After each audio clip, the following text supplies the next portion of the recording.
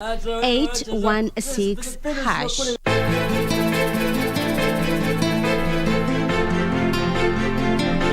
Nimekukanya mara nyingi sana uachane na Kate, lakini usikii mwanamume we.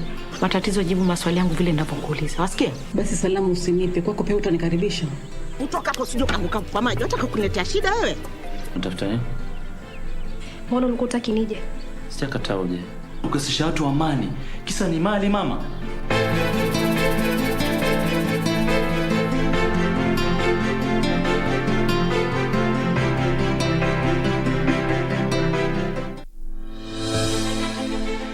Are you an aspiring candidate in the upcoming general elections? Do you want your agenda and manifesto to reach your voters effectively? At KBC, we have the most comprehensive and credible online platform that has profiles of all prospective candidates. Log on to www.kbc.co.ke/2022 aspirants and let Kenyans know more about you, your past achievements, your manifesto, and your development agenda once you get elected to office. What's more, the website is easy to navigate. We will create your profile, post pictures and short videos with your campaign messages at affordable hosting fees. Log on to www.kbc.co.ke/2022 aspirants today and establish your brand authority as we lead towards the forthcoming general elections.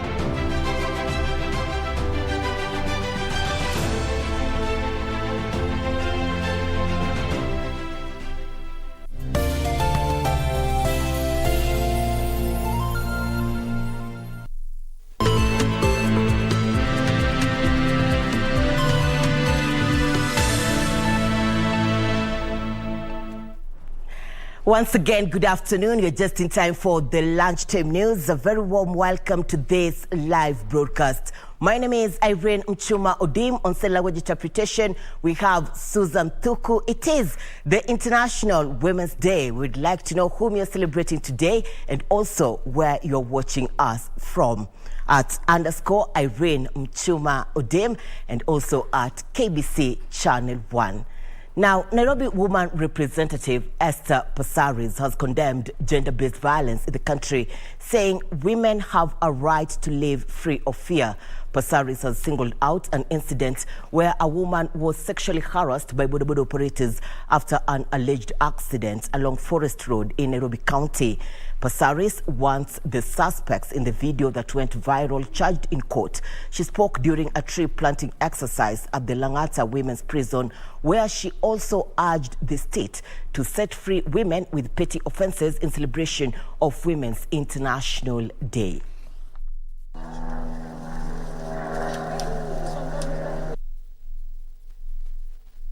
That is assault. And I want to appeal to the border industry and our youth that are on the streets. You know, that is criminal.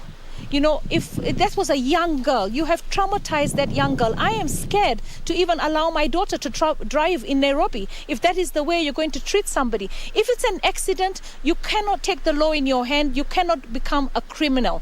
You have to allow the law to take take action. Over 200 bodaboda operators have been arrested as police intensify the crackdown in the sector to rid it of goons such as the ones who manhandled a female motorist along Forest Road last Friday. Inspector General of Police Hilary Mtambai said the swap aims at finding the real culprits who attacked the woman. 16 of them who were arrested on Monday are expected to be arraigned in court today. Mtambai also confirmed that over 913 motorcycles have been seized. The video recording of the incident sparked public outrage on social media when it was shared on Monday, with the police being urged to take swift action against the perpetrators. Human rights bodies have condemned the act and pledged to assist the woman get psychosocial support and witness protection as investigations into the matter proceed. This even as several women-affiliated groups marked International Women's Day by protesting the violence against women and girls in public and private spaces with a procession across the Nairobi Central Business District.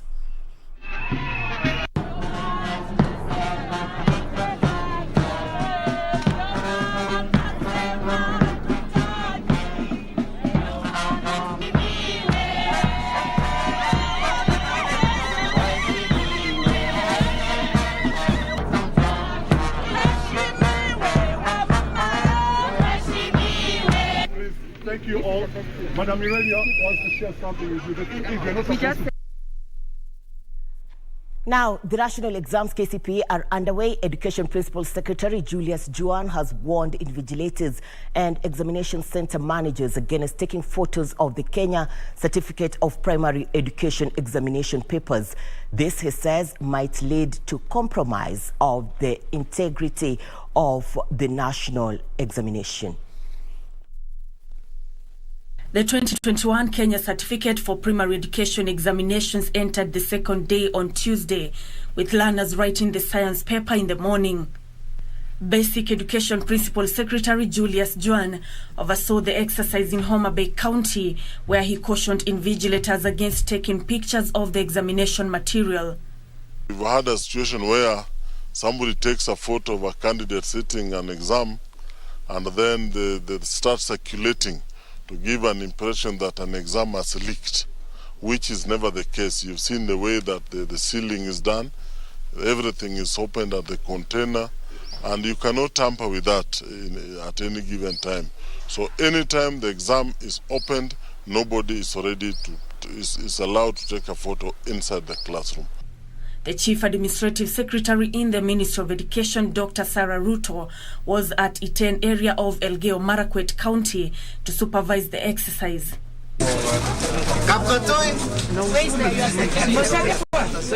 It is here that she said the number of teen pregnancies recorded among this year's KCPE candidates was relatively lower.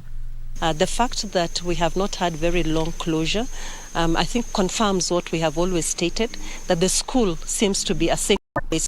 Is strictly Raila's function. Our president, the 5th president of the Republic of Kenya, that is his function, and nobody else.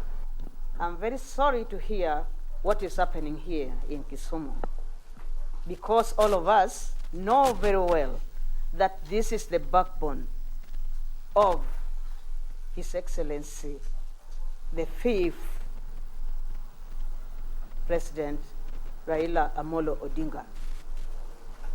So we want to believe that everybody in this region need to be a role model to other regions. The leaders called on the youth to be cautious of leaders out to use them for their selfish gains. As the fraternity of ODM, we want to request the national and all the authorities to put their eyes on those who want to be out for the failure of our beloved, the 5th. To those that are manipulating young people, that are dangling carrots and are dangling temporary favors in the rates of as low as 1,000 shillings, 500 shillings, so that you may misuse young people in disrupting peace. Your time is up. That leadership has no space in us. That kind of character has no space in our community. And we are going to disrupt you. We are going to send you home. The appeal comes amid claims that certain politicians were planning to disrupt the rally by causing chaos over alleged differences between aspirants in the Kisumu gubernatorial race. The political fight to dislodge the incumbent Professor Anyang' Nyong'o has been heating up by the day after the governor banned erecting of campaign posters and billboards ahead of AfriCity's conference. Wycliffe Okech, Lunchtime News, Kisumu County.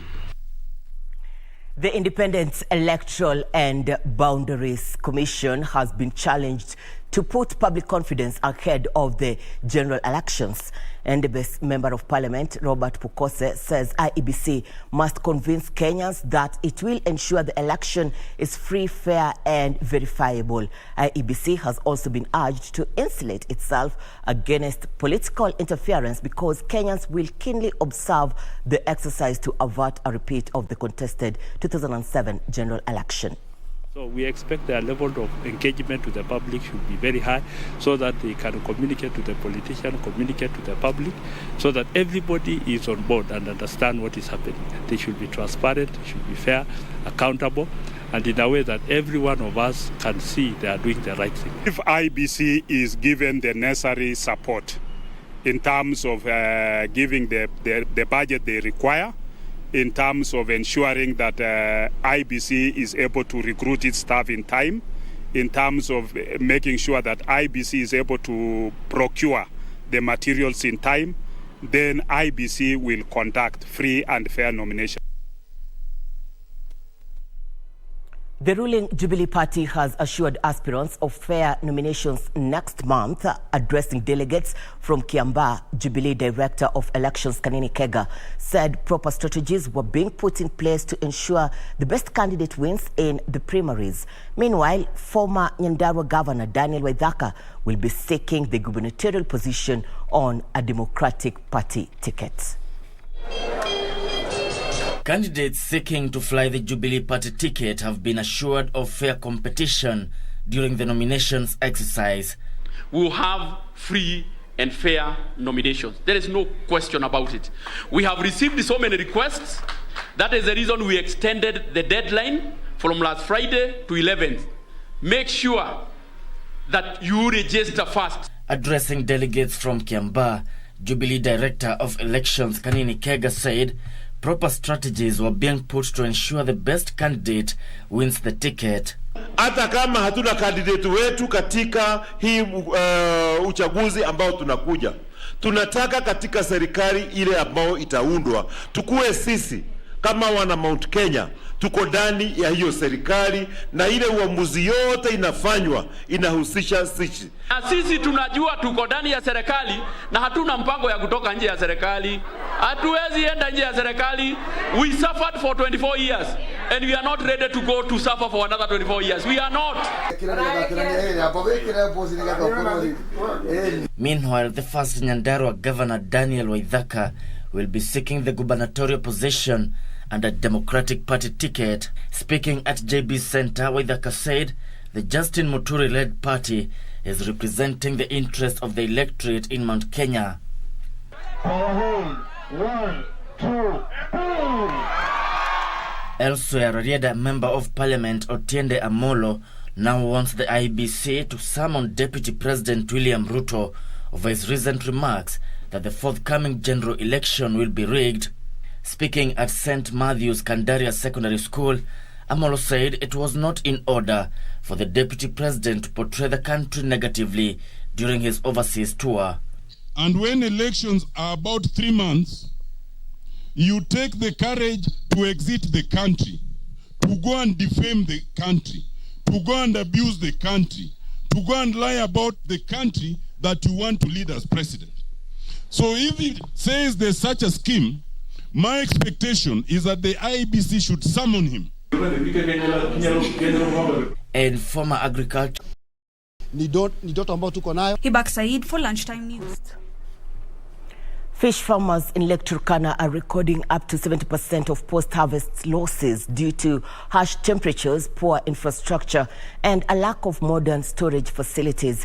The Intergovernmental Authority for Development IGAD Program Coordinator Eshete Dejen says Kenya and Ethiopia ought to coordinate on how to address the matter before the issue escalates any further.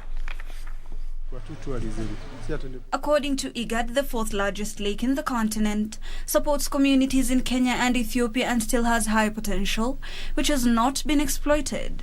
However, poor practices like use of undersized nets and poor facilities are a major barrier on fishing around the Omo Turkana Basin. IGAD coordinator Eshete Dejen says, apart from impaired fishing practices, poor market facilitation is also a challenge. IGAD also raised concerns on poor fishing gear farmers use, which incapacitate the fishing community from accessing parts of the lake. This looks like simple, but it's one of the most management option for sustainability. If the two countries' experts agree on the mesh size that they are using, then the fish that need to reproduce and escape to be caught will escape and benefit both countries. Leaders from the two East African countries said they are coordinating talks to boost fish harvesting from the 13,000 metric ton record from last year. They note a need to improve infrastructure around the lake to weather-resistant structures that can withstand climate change. Lake Turkana is located in a very fragile environment, and the changes that are extremes has an impact on the fishery. Be able to work to support so that associations are being formed and their problems has been really solved at the association level. Hibak Said for Lunchtime News. Farmers in 12 counties are set to receive training on select horticulture export dynamics. The training, which is carried out by the European Union-supported Market Access Upgrade Program, seeks to teach farmers on cooperative ideals to ensure farmers can boost export volumes through crop aggregation. Imported herbs and spices worth $27 million in 2020, a 51% increase in value from the previous year. This represented 0.5% of the total Kenyan export value. To show up the export volumes of herbs and spices, the European Union, through the United Nations Industrial Development Organization, has started training farmers on group export dynamics. The training involves knowledge on sharing produce aggregation for farmers to enjoy the economies of scale and drastically reduce the cost of production. Tunataka wale ambao tutafundisha waweze kujiunga pamoja, waweze kuuza pamoja katika mazao yao. Na hapo katika kuuza pamoja inakuwa na umuhimu sana kwa sababu ya kuwa wanaweza kupata bei ambayo inafaa. Na pia ukiangalia wakati ambako wanaenda kutafuta pembejeo ama zile zingine tunazitaka input, wanaweza kujipatia nafasi ya kupata pembejeo kwa bei rahisi, na hata pia inakuwa ni rahisi pia katika kulete hizi pembejeo ama inputs katika vikundi vyao. Farmers will also benefit from training on proper crop husbandry, a selection of fruits, nuts and vegetables to ensure they produce products that can effectively compete in the international markets to increase earnings. Markup Kenya vile imekunja, tunaona itakuwa kwa umuhimu kwetu kwa sababu tutakuwa tukiuza mazao yetu bila ya kuyapoteza, njuu kama wakati huu tumepoteza maembe mingi sana. Kwa sababu hata wale wanakunja kutununulia wanakunja na mtu wa katikati, wale tunaita brokers, wale wanatugonga na mwenye kulima anapata pesa kidogo sana hapo katikati, ambayo ni pesa ambayo haiwezi msaidia. So tumeonelea Markup Kenya itatusaidia kama wamama, njuu tunachukulia mama ndiye mboma. So kama mama akinunuliwa mazao yake kwa bei ya juu, atakuwa anasaidia mboma vizuri, kama ni watoto wasome, kama